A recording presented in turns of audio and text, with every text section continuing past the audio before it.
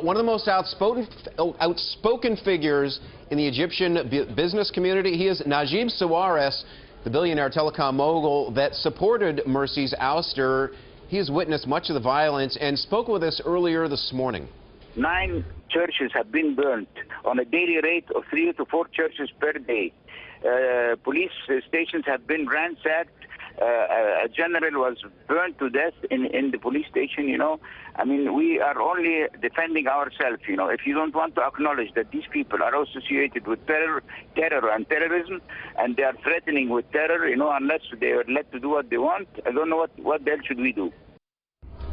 Well, after these events, the big question that people have been asking, who should or will get involved? One of the key actors is Qatar, and another one is Turkey. These are 2 countries that have roots and ties to some of the Islamist forces. And many people are trying right now to get all parties to step back from the brink, because yesterday in Egypt was more deadly than Syria. And Syria is in a very vicious civil war. And we really don't want to see Egypt, the Arab world's largest country, go down the path of what Syria has experienced the last 2 years. It's sort of a tricky situation for the Obama administration, and now a growing number of lawmakers are urging President Obama to officially declare Mr. Morsi's overthrow as a coup, which would mean the U.S. would withhold the $1.3 billion in aid to the Egyptian military. Should the U.S. do that?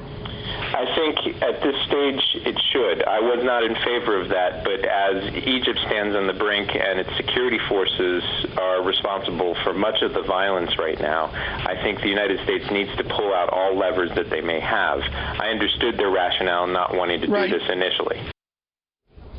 Now, the president stopped short of, well, actually doing that. He spoke from Martha's Vineyard earlier this morning. We are canceling our biannual joint military exercise, which was scheduled for next month.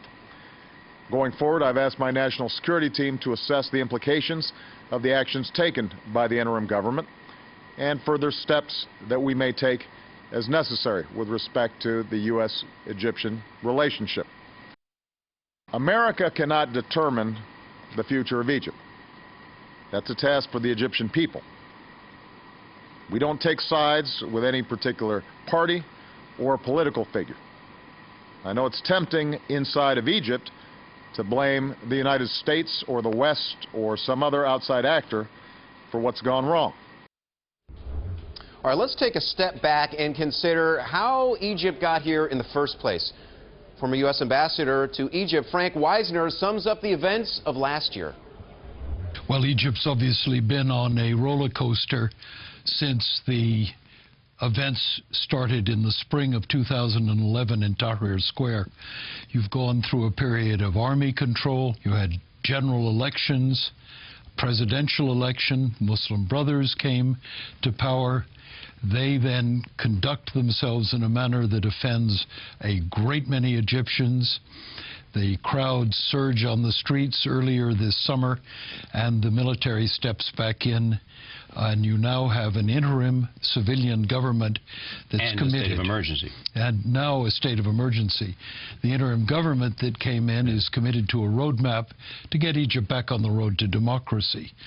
So we are watching a very fast-breaking situation.